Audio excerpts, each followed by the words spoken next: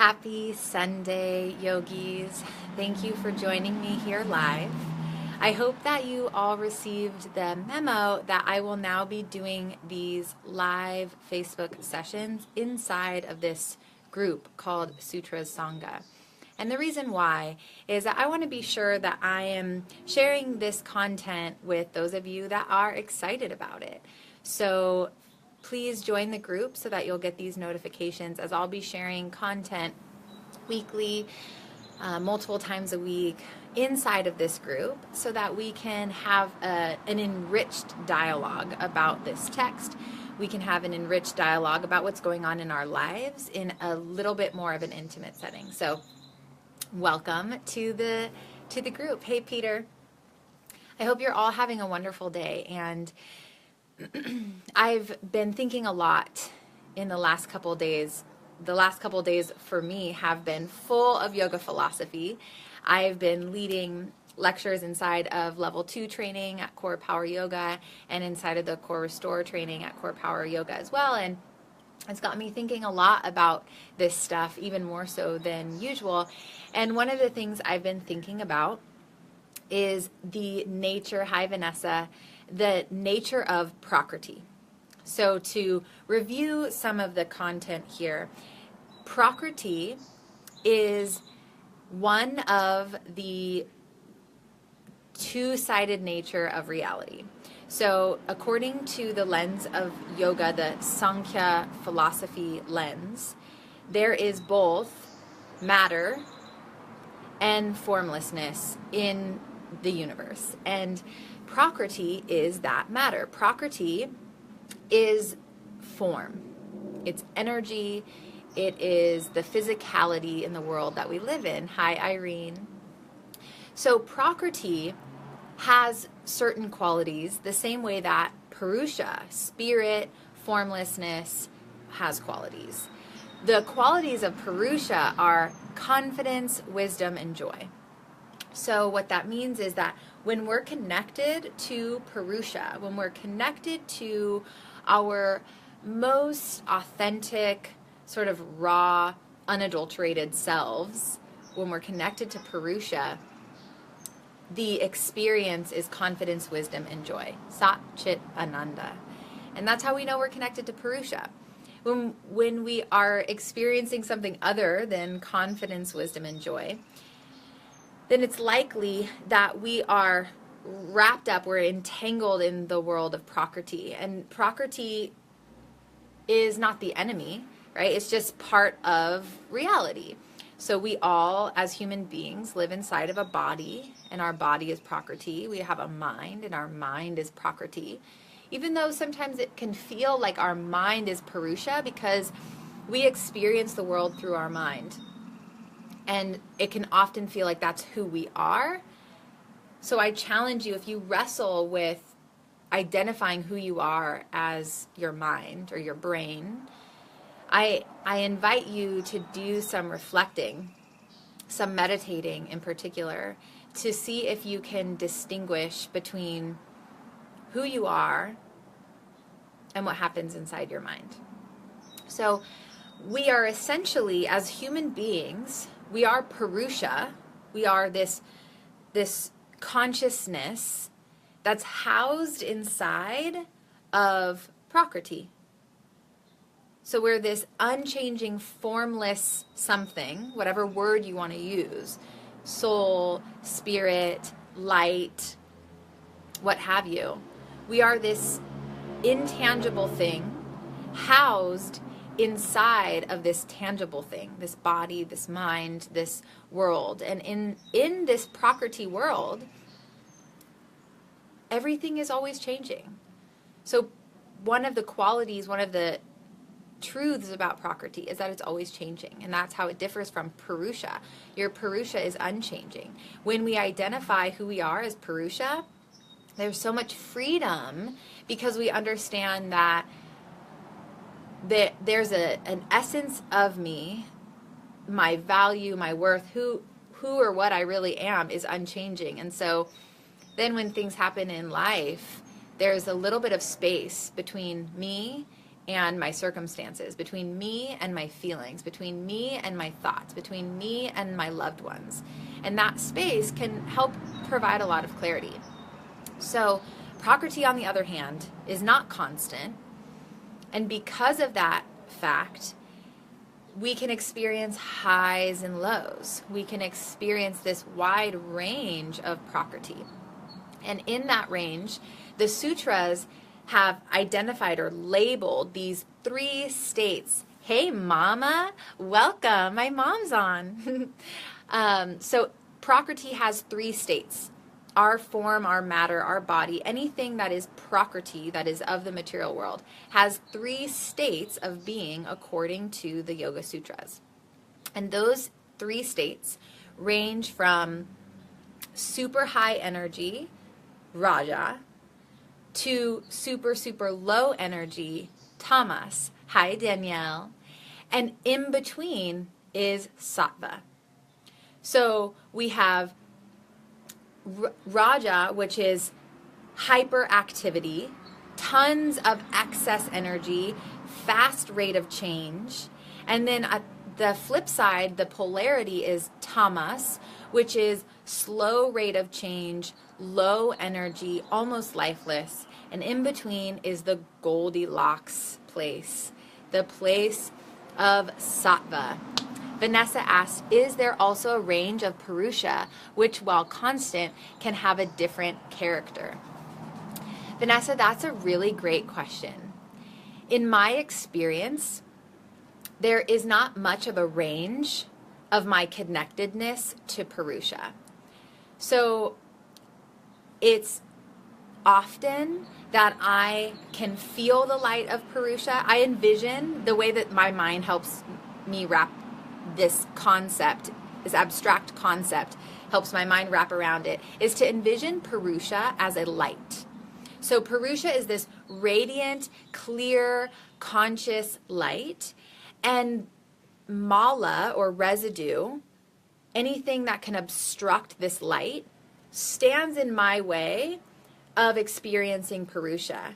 And so in a sense, I suppose it's possible that you could have a little bit of cloudiness, a little bit of blockage of this shining light. And so the degree to which you're clouded would be the degree to which you're disconnected from Purusha. So if I have a lot of mala, a lot of baggage, residue, waste that's cluttering my mind, and it's obstructing the light of Purusha from shining through, then I'd be the least connected to Purusha. Where the practice of yoga, it's a waste removal system. So as I practice yoga, I'm helping to clear away mala, which is residue, anything heavy. It can be emotional residue, physical residue. And as I clear away that mala, I'm allowing the light of Purusha to shine through more clearly. So in that sense, I suppose that it's possible to be more or less connected to Purusha based on how much obstruction there is to that light shining through. So I hope that that answers your question. For me, a good gauge is to check in with confidence, wisdom, and joy. How confident, wise, and joyful do I feel right now? And when I feel a lot of confidence, wisdom, and joy, I know I'm really connected to Purusha, and when I don't, I know that there's a lot of obstruction. So I hope that answers your question. Thank you, Vanessa. Hi, Cami. So that's the nature of Purusha, and the nature of Prakriti is changing all the time. So Raga, super high energy, super fast rate of change. Tamas, super low energy, almost lifeless, lacking prana. And Sattva is in the middle. So Sattva is this balanced frequency, this rate of change that is constant, that is sustainable. It's a balance of energy, alertness, and relaxation and grounding. So anything that is Prakriti can be either Rajasic, Tamasic, or Sattvic. It can be hyperactive quick like fire. Think of fire, the rate of change in fire, or the intensity of activity in fire. Fire is very rajasic. And then on the polar end, it would be, things can be tamasic. So anything that's of Prakriti, the physical changing world, can be tamasic. So your food can be tamasic. Your relationships can be tamasic. Your body, your mind, all of these things can be tamasic. And all of these things can be sattvic, balanced, alert, sustainable, the pace of nature. So it's helpful for me to connect to nature and to witness nature, because sattva is the state of Prakriti that is closest to Purusha. So things that are Prakriti cannot be Purusha, according to this lens of dualistic nature. So Prakriti is Prakriti, and it's not going to be Purusha. So my body will never be Purusha. My mind will never be Purusha. However, when these things that are Prakriti are in a sattvic state, they are most like Purusha. They most resemble Purusha. So the goal of a yogi and the goal of your yoga practice is to help bring Prakriti into a sattvic state. And when you're in a sattvic state, there is less mala, there is less residue, there is less clouding or obstruction of Purusha to shine through. So how do we achieve sattvic states in our mind, in our relationships, in our body, in our food? Well, it helps to first understand our habits, our tendencies, and the nature of the rajasic tamasic cycle. We often, at least in my world, cycle between hyperactivity and lethargy, hyperactivity and no activity. So for an example, if you think about when you wake up in the morning, if you feel sluggish and heavy, those are tamasic states, that sluggishness, that lack of energy. And so what do most of us in our communities and in our culture, what do most of us do in the morning? We drink coffee. Coffee is very rajasic. So we drink coffee because our goal, or what we think our goal is to elevate our energy. We want more energy for our day, so we drink coffee and we shoot ourselves up to rajasic. And then throughout the day, our energy starts to dwindle. So maybe for you, it's around like that 2 p.m. afternoon crash. Again, the lethargy, the heaviness, the stagnation, the mental fatigue, all of those things return. And when they return, what's our habit? Hey, another coffee or a Monster or energy drink or something. So, or it could be a Snickers bar. It could be sugar. Something to, again, spike your energy back up to rajasic, because we've caught ourselves in comfort or familiarity with either tons of energy or our cup is empty. And a yoga practice is aimed at supporting sustainable practices, supporting lifestyle choices, supporting the schedule and the pace and the flow of your day, to bring your day, your schedule, your relationships, your body, and your mind closer to the midline, so that the peaks and the valleys begin to move closer together. And when I, as someone who has struggled with regulating my mood for a long, long time, understanding my nature in this lens of rajasic and tamasic has really supported me in feeling more at ease in my reality. So a rajasic mind feels like anxiety. A rajasic mind feels like just constant go, go, go, thoughts that are pacing, hygiene, and that is a rajasic mind. When I experience anxiety, when I experience pacing thoughts, obsession, I can pause for a moment and recognize, because my yoga practice has helped me give myself these tools of more awareness. Because one of the definitions of yoga is to make the unconscious conscious. So if I was unconsciously racing through my thoughts, now my yoga practice has given me cues to pause, to acknowledge what's happening inside my mind. Oh, I have a whole lot of hyperactivity in my mind. I'm feeling very rajasic in my mind. And that helps me to remove labels that feel more scary or more permanent. So to just identify, oh, that's rajasic. My mind is in a rajasic state, and I have tools to bring it into a sattvic state. That is comforting to me. On the flip side, tamasic, our minds can also be tamasic. A tamasic mind feels like depression. It feels dark and heavy. So when you're in a tamasic state of mind, it can feel like it's permanent, but it's really Prakriti. Your mind is Prakriti. And what do we know about Prakriti? That Prakriti is always changing. So when you're in a tamasic state of mind, then you can use tools to bring you back to a sattvic state of mind. For years, I was caught in a mental rajasic tamasic cycle where I almost never was able to enjoy a sattvic mind. Do I still struggle with super high highs and super low lows? Absolutely. Do I experience a sattvic state of mind more often?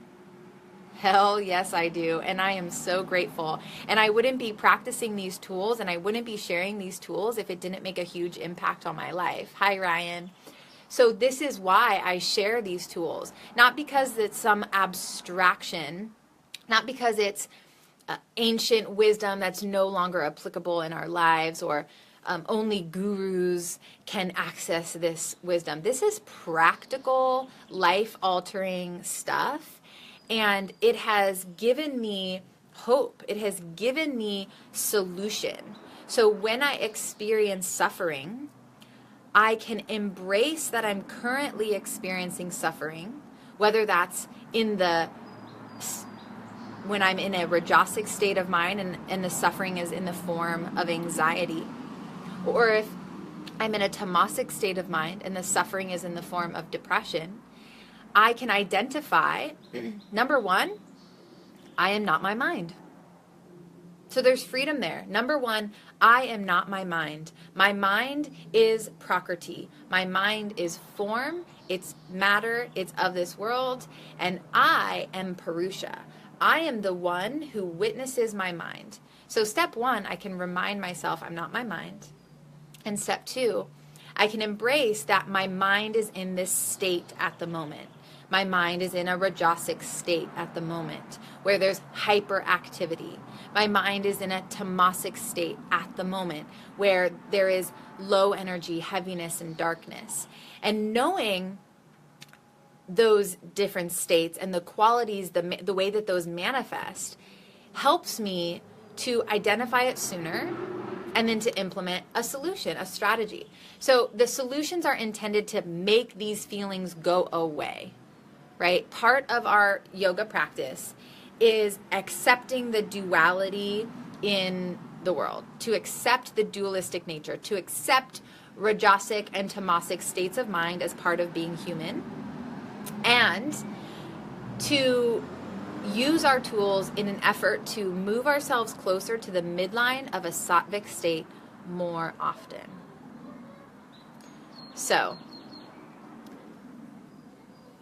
for me, the tools of breath, the tools of asana, which is physical practice, and the tools of the 8 limbs, or the roadmap, so to speak, for relationships and lifestyle, are some of my go-to tools to keep myself in a more sattvic state. And I've noticed that in using those more often and expanding my toolbox. So if I just have a toolbox with one tool and it's asana, then that could be not the tool that I need when I'm experiencing rajasic energy or something. And if I only have that one tool, then I'm out of luck if that tool doesn't help me that day. So my goal as a yogi and as a teacher is to expand my repertoire, to expand my toolbox. So I have so many tools that whatever it is that's going on for me, I can go into my toolbox and I can bring myself a bit of comfort and move myself in the direction of sattva. I was thinking about rajas and tamas and how prana is related to these two states. Because prana is our life force, right? Prana animates this machine. Prana is our breath. So as long as we're breathing, this machine of ours, this Prakriti machine that we're housed in, has life. And that prana fuels us in our physical body and also energetically. So one of the aims of our yoga practice is to increase prana. And I was thinking about this idea of prana and mala related to the rajasic tamasic cycle, because we want to increase prana and decrease mala. So then how would a rajasic state where there's all this excess energy, wouldn't we want that? Like for a second I was like, that's so interesting, because I always want to increase prana. Like prana is always supporting me. And so if in that sense, then why would a lot of prana, a lot of energy be unhelpful or be imbalanced? And I realized that the way I was thinking about the rajasic nature of things is that I was thinking of rajasic as too much prana, and my mind earlier has shifted to think of rajasic as burning prana. Like we are in such a state of hyperactivity that we're burning through all the prana that we have. We're burning the candle at both ends, as my mom would always caution me not to do. So in a rajasic state, we are low in prana because we're burning through it.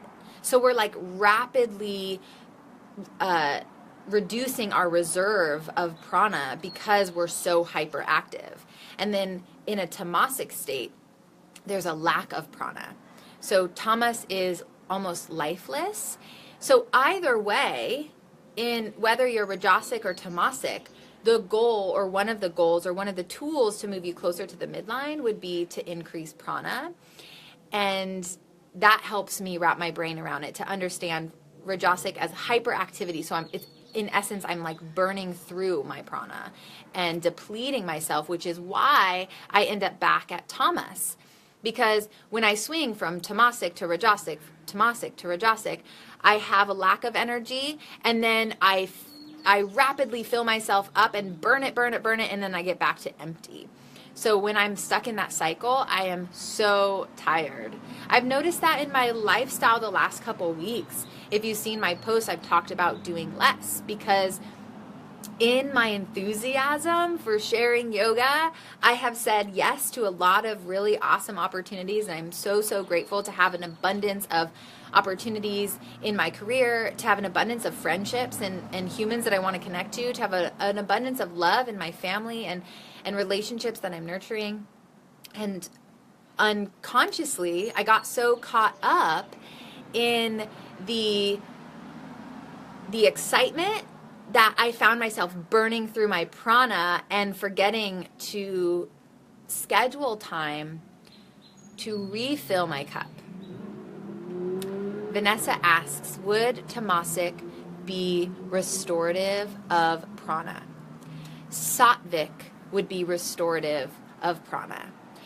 Tamasic is so lifeless that there is no prana being restored. Sattvic is where there is both an alertness, there is energy, and the energy is being utilized at a sustainable pace. So think of running a marathon or running in general.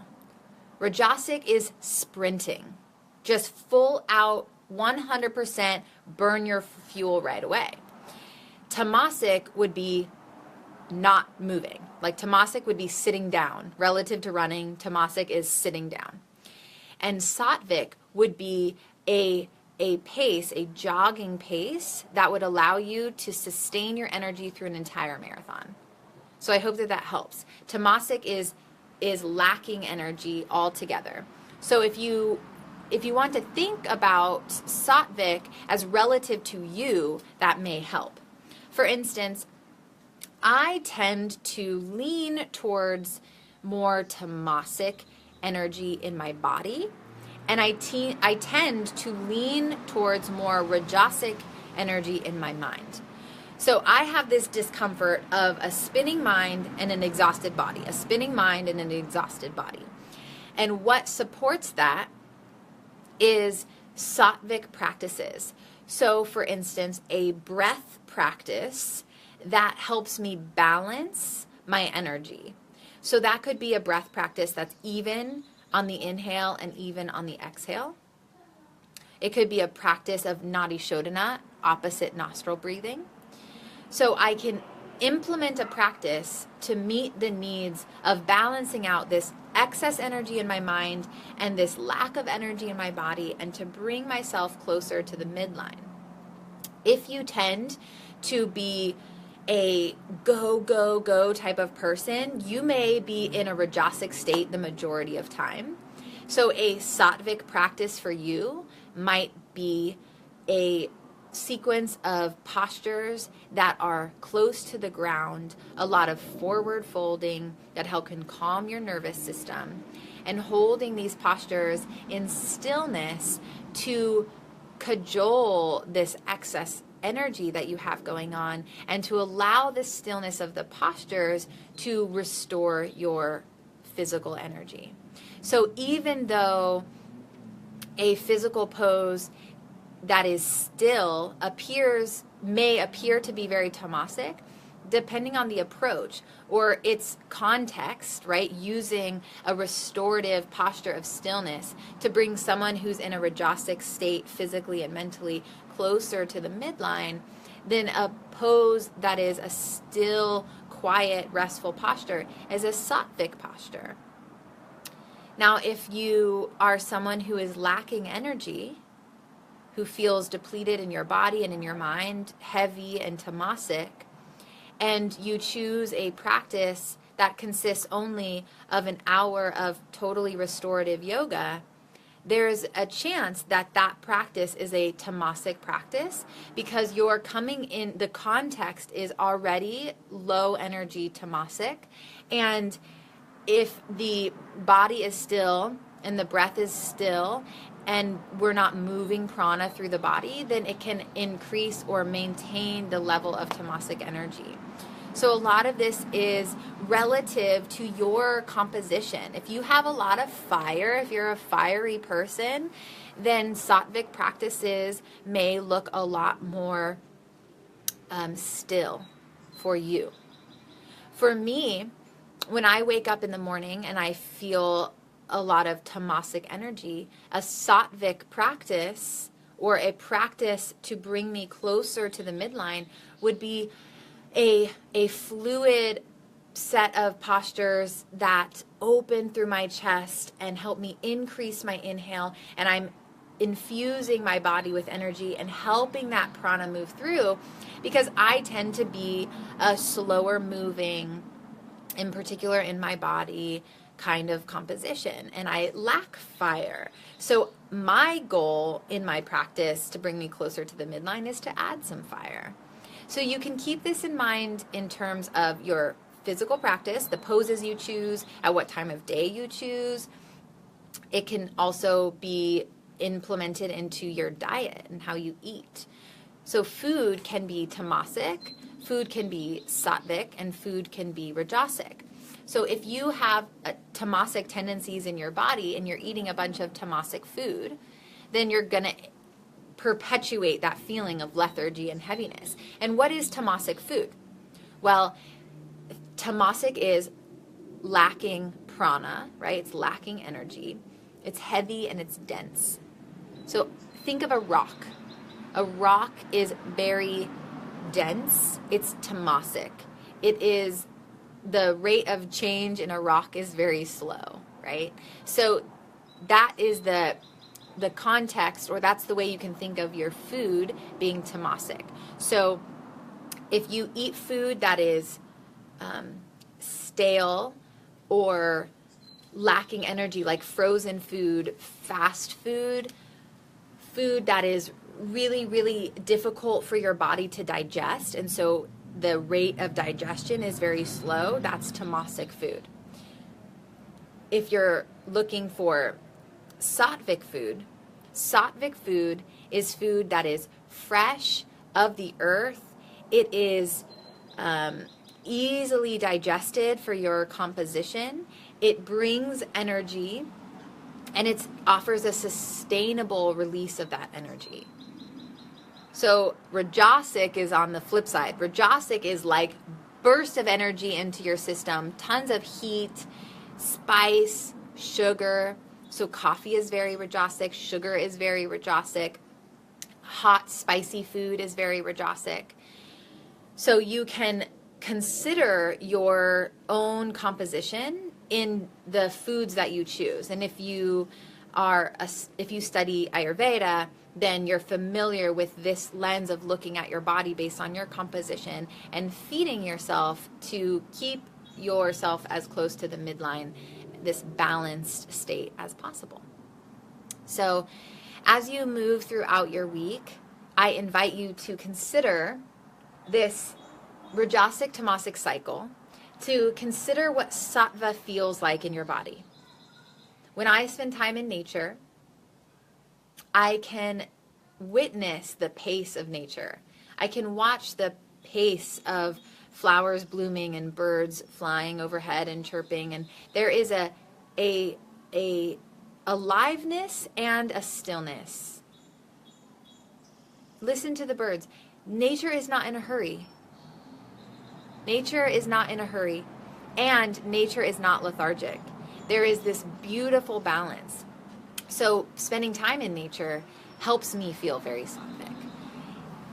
As you go about your week, recognize when you feel a sense of rajasic energy and where you feel it in your body, in your mind, in your relationships. And notice when you feel tamasic energy. Notice when you feel sattvic. And pay close attention to the practices or the behavior that surround one or the other.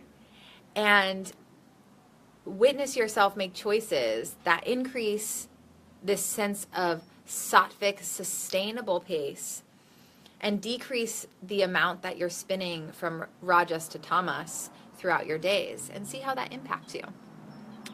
I am excited to deliver some of this content in person in June. I was speaking to one of my dear students yesterday, and she craves and longs for the in-person connection that is available when we're not using the vehicle of the internet to communicate these things. And in June, I'll be inviting a small group of you to join me for an in-person workshop where we will take a deep dive into sattvic relationships. So how can we take this lens of seeing the world of rajasic, tamasic, and sattvic, and how can we use that lens to create practices around how we engage with others? And this is your relationships with loved ones that are romantic relationships. This is family relationships, parenting relationships, coworker relationships, relationships with strangers you meet on throughout your day. So if you could use some energy, some prana, some uplifting into your relationships, some tools to supporting the relationships that you have that are already in great condition, and you want to continue that dynamic, then join me in June. So send me an email, kelseydelane@icloud.com, and I can get you all set up if you haven't already reached out to me.